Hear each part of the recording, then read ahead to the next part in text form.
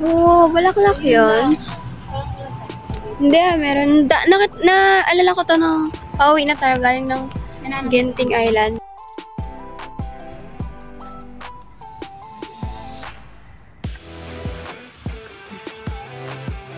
Ano yan?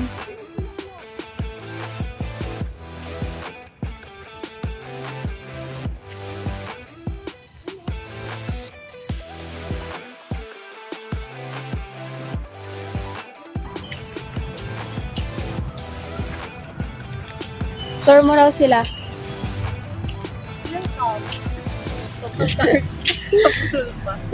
Yes, yes. Garden. Paano pumunta dito?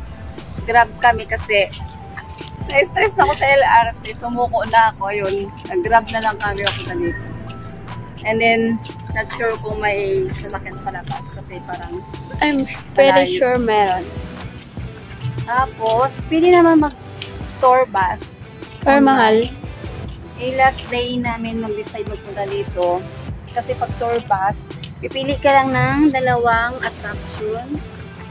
Or, pagbayad ka ng mas marami, pwede mo puntahan lahat ng mga gusto mong puntahan.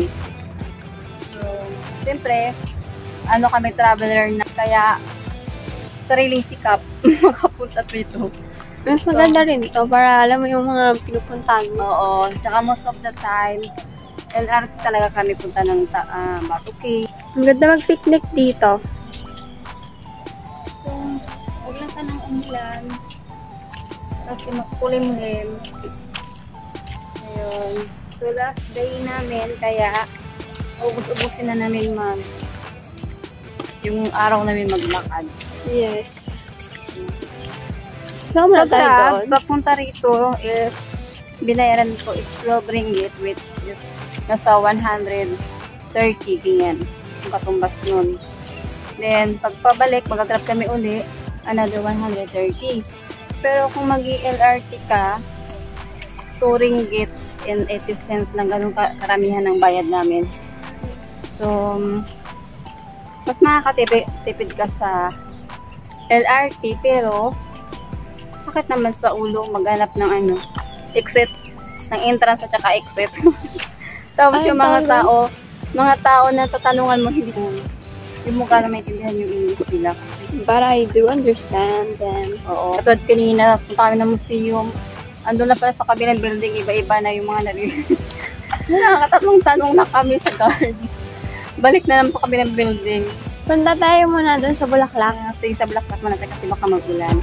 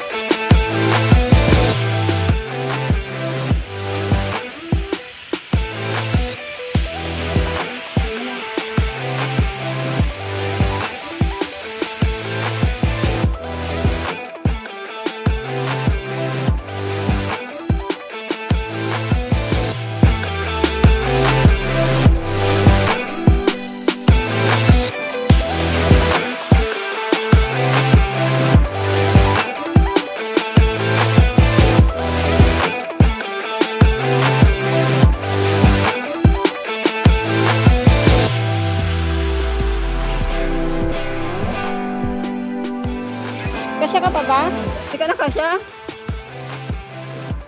Baka hindi ka makalabas dyan, ha?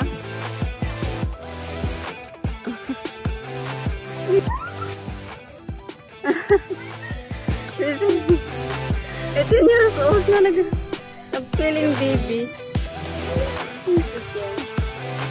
Magtawag na ako ng Grab.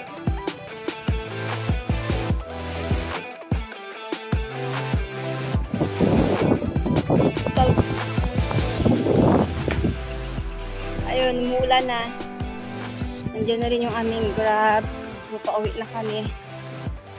Kapag kami sa lakaran, so yung cellphone namin lubat na, and then maulan, kaya nagmadali na kami bumalik. Nag-take na lang kami ng picture, hindi na namin naikot lahat. Yung botanical garden nila, maliit lang kaysa doon sa Singapore, pero okay naman pa siya lang. After botanical garden, siyempre bumaba kami doon sa Suriaki LBC Mall, kasi last din namin, so yun, nag-shopping muna, bumili. At saka maganda dito sa shop na to, kasi meron kang discount na 10%. Basta meron kang privilege card nila, meron kang 10% bawat item na bibilhin mo. Gusto ko talaga yung brand na to. Lagi ako bumibili dito pag pupunta ako ng KL. So ngayon yan ang binili ko, bag at saka sapatos. Gusto ko talaga yung quality nila. Tumatagal talaga. Balik na kami ng hotel para lang mag-charge. So mamayang gabi pupunta kami ng night market. Bibili ng mga pasalubong.